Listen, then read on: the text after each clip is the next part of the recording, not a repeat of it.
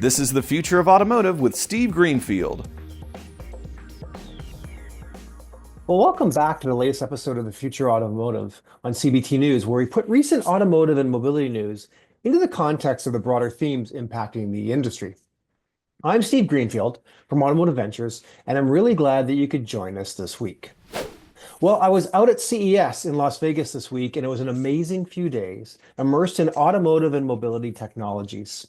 CES was formerly the Consumer Electronics Show. The rebranding a few years ago was really in response to the show growing beyond simply exhibiting new and innovative consumer-facing electronics. In fact, if anything, it's equally become an automotive show showcasing technologies, if anything, at this point. Actually, to put the size of CES in perspective, you've got 140,000 attendees over the course of the week. The show is actually so big that it not only fills all of the halls of the Las Vegas Convention Center, but actually spills into the surrounding hotels. For example, one of the most exciting areas to visit at CES is in the basement of the Venetian Hotel, which hosts thousands of startups from around the world. And it's almost overwhelming to try to walk the floor of the Venetian to take all of it in.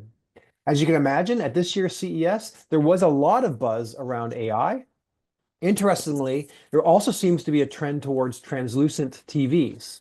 So, in other words, when your TV's off, it's as clear as a window. And I think there's immediate application to heads-up displays on car windshields. We also saw this year a lot of robotic startups that enable human movement. Think of exoskeletons like the early versions of Tony Stark's Iron Man. We also saw a lot of cool industrial technologies like autonomous mining, tractors, and even grass mowers. And more of these big equipment manufacturers are also launching electrically powered versions of their heavy equipment that would have typically been run on gas or diesel. In terms of auto manufacturers, surprisingly, many of the OEMs decided to sit out this year. Whereas we saw a number of Chinese OEMs in the past few years, this year the only one exhibiting was Zeekr, which is the high-end brand of Geely. On automotive, the Sony-Honda joint initiative once again exhibited their Afeela vehicle. This year, though, they announced that they were starting to take pre-orders with the intention of selling directly to consumers and bypassing the Honda dealer network. Well, if you remember a year back, it was not exactly a popular topic at NADA. And I think once again, this will be a point of friction with the Honda dealers as they gather in New Orleans for NADA in just 2 weeks.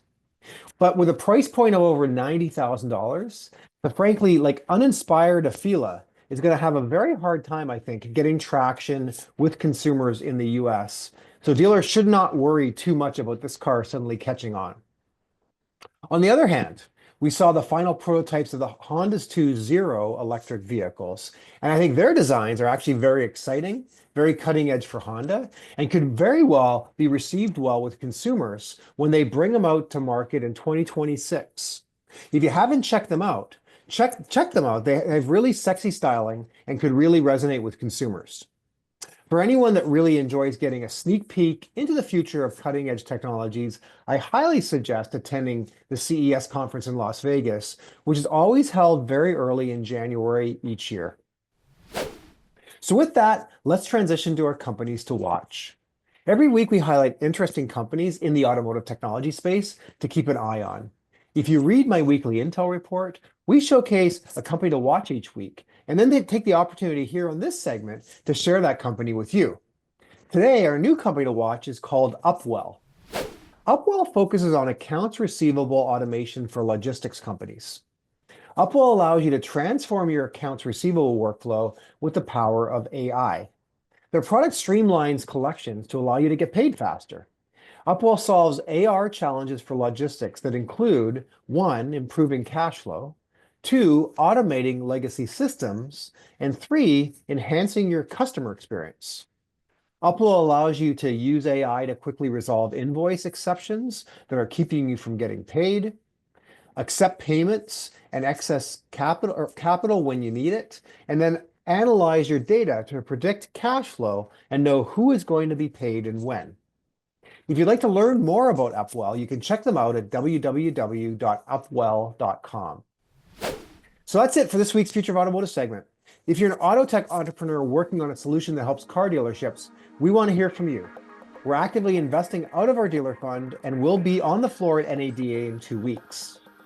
Don't forget to check out my book, The Future of Automotive Retail, which you can get a copy on Amazon.com.